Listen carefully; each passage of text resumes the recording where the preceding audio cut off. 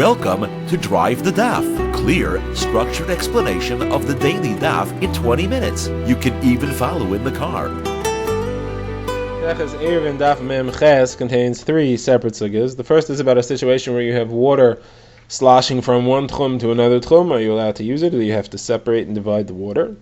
Second is the concept of 4 amas. How do you measure 4 amas? Which direction? Is it 4 amas in any direction, or you're in the middle of one 4 amma area? How do you measure that? What's the source for 4 amas?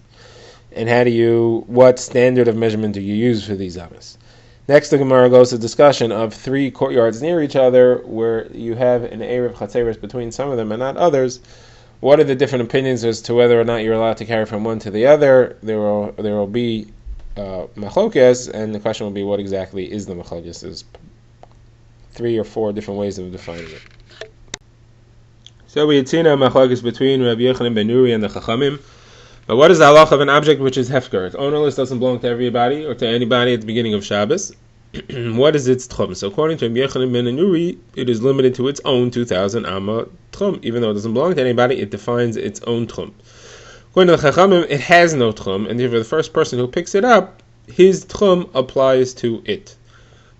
He's allowed to move it within his tchum and not out of his own personal tchum, which could obviously be much further than in 2,000 amas of Rabbi Yochanan ben Nuri. So Gemara says a halacha, and then the Gemara says that it was rejected by Rabbi Yossi bar Rab Chanina, and the Gemara tries to figure out why he rejected it. The halacha is as follows. You have 2 cities adjacent to each other that their tchum meets but doesn't overlap. There's a border between their 2 tchums. There's a line. On one side is the tchum of one city, on one side is the tchum of the other. And that border line runs right through a lake. And along the border, so there's a fish net. It's marked by a fish net. So Gemara says that's not a valid scenario. You don't want things to stay like that because the water will flow from one side of the fish net to the other side of the fish net. It'll shift back and forth between the 2 tchumin, and therefore people can't draw water from the lake because the water that you're drawing could be from outside your tchum on Shabbos, and it's forbidden to draw it and it's forbidden to drink it. You can't use it. So you have to do is you have to construct a dam in the middle of the lake. You need to install a metal wall running along the border. So Reb Chia said that halacha. The Gemara says that Rav Yossi bar Rab Chanina laughed. He thought that was ridiculous. So the Gemara says, why do you think it was ridiculous? So Gemara tries 4 options. The Gemara says, first of all, maybe he thought it was ridiculous because that halacha is assuming that we go like Rabbi Yochanan ben Nuri, that the water is limited to a tchum even though it doesn't belong to anybody. But that's not true. We go like the Rabbanon, and anybody who picks up the water, it goes to his tchum even if it came in from outside his tchum. It's not a problem. The water has no tchum. So Gemara says that can't be the reason, just because he holds like the Rabbanon and Reb Chia holds like Rabbi Yochanan ben Nuri is not a reason to laugh at somebody. So Gemara says, okay, maybe the reason that he laughed is because there's a halacha that flowing water doesn't get a tchum at all. Rivers and streams that flow get no tchum. So there's no reason why this water here should have a tchum. Everybody agrees to that. So Gemara says that can't be the reason either, because maybe this is referring to a lake, a pond, and it's not flowing water. So Gemara says no. So you know what? The third attempt is that the reason he laughed is because it won't even help to make a metal wall. The metal wall won't be able to seal off the lake all the way, and waters are going to still pass through below and around. So Gemara says, okay, great. Maybe that's what Reb Chia meant to say. He meant to say that you have to make a hermetically sealed metal wall, and you can't, and therefore it's problematic. There's no eitzah. There's no solution. So Gemara says, okay, the fourth and final reason, this one the Gemara accepts, is that the reason why he laughed is because we know that there are special leniencies in Hilchos Eruvin when applying to water. We said that you are allowed to draw water from a mechitza teluya. That's if you have walls that are in the air. You have a window on the second floor over a boat, in a boat, or on the edge of the water. You're allowed to build walls outside your window, even though they don't extend all the way down to the water, and you're allowed to draw water up from between those walls, because there's a special leniency we made for the halachos of water. So here also we would have leniencies, we wouldn't have these strict halachos. Well, now returns to discuss the Mishnah, where we had seen the halacha of 4 amas, that a person who is outside his tchum has 4 amas. He's limited to 4 amas. So the Gemara we had seen in the Mishnah that there were 3 opinions describing the 4 amas. There were the Chachamim who said he's within a 4 amma region, meaning he has 2 amas in every direction. We had seen Rabbi Eliezer. That was Rabbi Eliezer's opinion. Rabbi Eliezer says that he's within a 4 amma region. He has 2 ammas in every direction. The Chachamim said no, he has 4 ammas, and Rabbi Yehuda said he has 4 ammas in any direction that he chooses. So Gemara is going to want to know what's the difference between Rabbi Yehuda and the Chachamim, and then the Gemara will find the source for this 4 amma halacha, how exactly we measure it, and what standard of measure we use. So the Gemara asks, Rabbi Yehuda and the Chachamim are the same. They both say 4 ammas. What's the difference? Rabbi Eliezer is different. He says 2 ammas in every direction. So the Gemara says the difference is as follows. The Chachamim say you have 4 ammas in every direction. You're in the middle of an 8 by 8 amma region. You have 4 ammas in each direction. Rabbi Eliezer says no, you're in the middle of a 4 amma region. When we say 4 ammas, we don't need 4 ammas in each direction. We mean a 4 amma region. You're in the center of it. You have 2 ammas in every direction. Rabbi Yehuda says it's a 4 amma region, but you don't have to be in the middle of it. You could be on the end of it. You could have 4 ammas in one direction, but then you can't switch to 4 ammas in a different direction. That's the difference between the opinions. The Gemara brings a brisa where Rabbi Meir says clearly that you have an 8 amma region, 4 ammas in every direction. The Gemara says that must be the Rabbanon of our Mishnah. Okay, now the Gemara says this entire machlek is about how you define 4 ammas is only as far as walking outside. When you're outside the tchum, how far you're allowed to walk. But when we say 4 ammas, you're allowed to carry in Rosh Hashanah midaraisa. That means a 4 amma region. There is no opinion that says that means an 8 amma region, 4 ammas in every direction. Okay, now the Gemara says, where do we get this halacha of 4 ammas? Why 4 ammas? What's it from?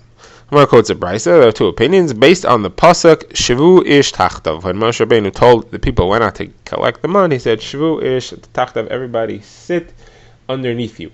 That means that the region you're allowed to walk in is only that which is underneath you. It's the size of a person's length. So the Gemara says that a person's height is approximately 3 ammas. And when he lies down, he could stretch a little bit. That'll give you another amma. That's the 4th amma. That is the opinion of Rabbi Meir. And Rabbi Yehuda says, well, he's 3 amma height, and the 4th amma is so that he can actually move an object from his feet to his head. That gives you an extra half an amma in each direction, and that's what you get 4 ammas. So the Gemara says, what's the difference between these 2 opinions? They both seem the same halachically. The Gemara says the difference is it exactly precisely 4 ammas, or is it 4 ammas with loose fingers? Remember, an amma is a collection of tvachim, and the tvachim is a collection of fingers. If you squeeze the fingers tightly together, you'll have a much smaller 4 ammas than if you have them spread. Whereas that's the difference between the 2. According to Rabbi Yehuda, it has to be squeezed together. According to Rabbi Meir, then they are spread out. It's not an exact shear. Okay, on the subject, the Gemara wants to know whose ammas do you use? An amma is officially the length from the elbow to the tip of the middle finger. The Gemara says there's a standard amma that we use for all halachas, but then there's every person's individual amma. So when you say that a person has his 4 ammas, that's supposed to be the length of his body, his land. So that you measure that with the standard amma, or do you measure that with his own personal amma? So it says Masharshi told his son, when you go to Rav Papa, ask him this question, and whatever he answers you, here's what you should say back. If you say it's a standard amma, so then what are you going to do if a guy is very large? He's not going to fit in the standard amma. What if you have a guy like Oymel Chabashan? And if you tell me you use his amma, so then how come when we have a Mishnah in Mesachas Kalim that lists all the things that are based on the individual, that are tailored to an individual, how come this is not on the list? This is also tailored to the individual. So when it says that Rav Papa heard the questions, he wasn't too impressed. He said, listen, you can't be medayik so much in a Mishnah, you can't be so specific. If you did, you'd never be able to learn anything. But I'll answer you anyway, that it's his personal amma. And the reason why it's not listed in the Mishnah that lists things that are personal and tailored to you is because there are some people that don't use the standard amma. And that's if you have somebody who's normal size, but his limbs are extra small. So if him, you can't use his limbs are too small, you would have to use the standard amma for him. Therefore, it's not always going to go by the personal amma. Sometimes we have to use the standard amma, therefore it's not on the list. We're now moves to the end of the Mishnah, where we had seen in discussion if you have 3 people that each are limited to 4 ammas, and the 3 people are near each other, and their 4 amma circles are all lined up in a row. The middle one overlaps with each of the 2 outer ones, and the 2 outer ones don't overlap with each other. So the Mishnah had said, the Rabbanon say, that the 2 outer ones are allowed to carry in the middle one. The middle one is allowed to carry in the outer ones, but the outer ones are not allowed to carry in each other. So they're only allowed to carry or walk in the area that they overlap. So on that, the Mishnah said that Rav Shimon says this is just like a case where you have 3 courtyards, 3 chatzeros all lined up in a row. Each one opens to Rosh Hashanah. And the 2 outer ones made an Erev Chatzeros with the middle one. So then you have the same scenario. Everybody's allowed to carry where they made an Erev Chatzeros. The middle one's allowed to carry in the outer ones, and the outer one's allowed to carry in the middle one, but the 2 outer are not allowed to carry in each other. So the Gemara asks right away, why does Rosh Hashanah have to say this? What's the point? What are you adding? So the Gemara says he's not adding anything to our Gemara. He's asking why the Rabbanan argue on that halacha of the Chatzeres. The Rabbanan say that it's not true. They're not allowed to carry. The outer ones are not allowed to carry in the middle one.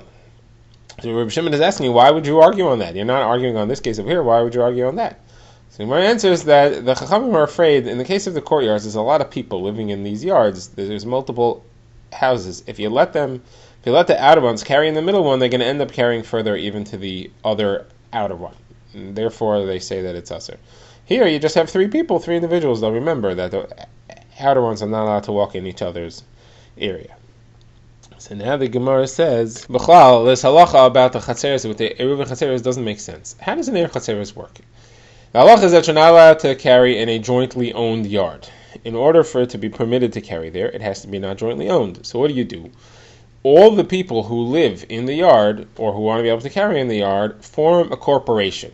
And now they are part of the corporation, and the corporation owns the yard. That way, the yard is owned by one single entity. That's how you do it. How do you form a corporation? Everybody owns a piece of bread that's all stored in one house, and that piece of bread is their center. That piece of bread is their permanent residence, just like Rav Tchumen. And therefore, they all live in that house, because they all set up a permanent residence in that house. That's where they're kind of shvisa. Therefore, that house becomes the corporation, and the corporation is the one that owns the yard over here. So the Gemara asks, that happened here also. The two outer guys made an Erev Chatzeres in the middle Chatzer. So the middle Chatzer is a corporation. It owns all three live there. The middle guy, for sure, lives there, and the two outer guys each have a piece of bread stored in there, and that's their corporation. That's all stored there. So what's the problem? So the Gemara gives the two answers, and the Gemara has questions and answers on each of them. The first one is Rav Yehuda. Rav Yehuda says that it's not that the Erev Chatzeres for the two outer ones is in the middle one. If that would be the case, you'd be right. The middle one is the corporation for all three Chatzeres. That's not what's going on. There are two separate Erev Chatzeres in each of the outer one. The middle one he joined in the corporation of the outer one. So each outer one has an Erev Chatzeres for itself and the middle. And therefore there is no one house that has all three Chatzers using it as its Makom Shvisa, as its residence. The two outer ones are not sharing any part of each other. The middle one is sharing with each of them. That's what Yehuda's answer. On that, the Gemara asks, well, that doesn't make sense, because one of them made the Erev Chatzeres before the other one. Yeah. So when the middle one joined with the first outer one, they became one corporation.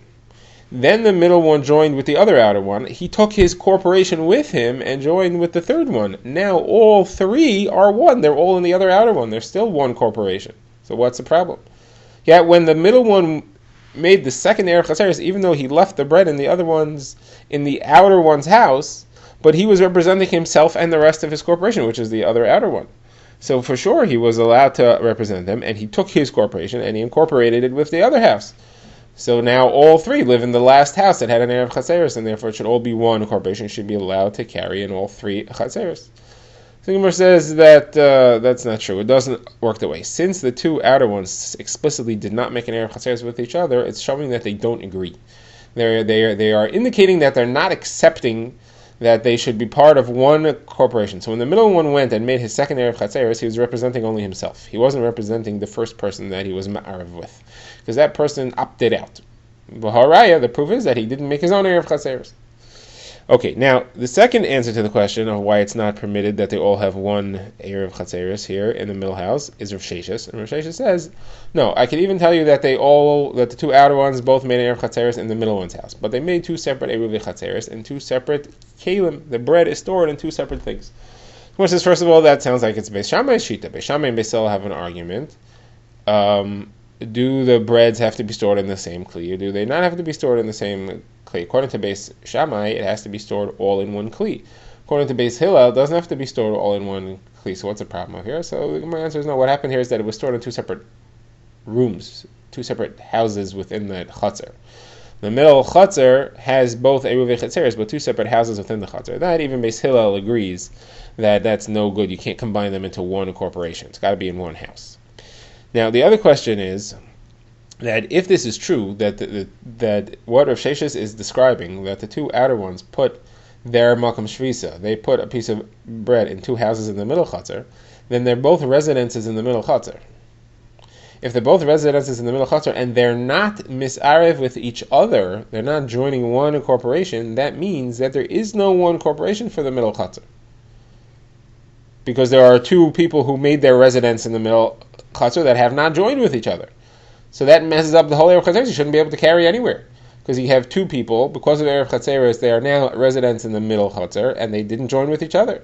So according to Rav Sheshes, you shouldn't be able to carry any place. So the Gemara says, no, the concept of Eruvin Chatzeres is to join people together. That's meant to be a leniency. It's a rabbinic creation meant to make things easier for people. It's not meant to make things harder for people. So we don't follow this takana to make things harder and say, well, they're both in the middle Chatzer and they didn't join with each other, so therefore it's like you have people in the Chatzer that haven't agreed. That we do not say. Okay, the Gemara now says this is all one understanding of this machlokes between Rav Shimon and the Chachamim. There's Rav Yehuda Merav has a different understanding. He says it's not really what the argument is about. We've understood up to now that the Chachamim's opinion is that the two outer ones are not allowed to carry in each other's yards. Says the Gemara, according to Rav Yehuda Merav, that's not what's going on. The machlokes is about the middle guy. According to the Chachamim, the middle guy is not allowed to carry in any of the yards. He's not allowed to carry in the two outer yards. The two outer people are allowed to carry in the middle yard because they each made an Erev with the middle yard, so they have their Makam Shvisa. They set up their permanent residence in the middle yard, and therefore they're allowed to carry there. But the two outer guy can't have his Erev in two places. He can't make his permanent residence in both outer yards, so he can't carry in either of the outer yards. He's not allowed to join with two separate entities. He has to choose which one he wants. And the Gemara says Shmuel has a different understanding here. Shmuel says, no, actually all three yards are not allowed to carry in each other, according to the Chachamim.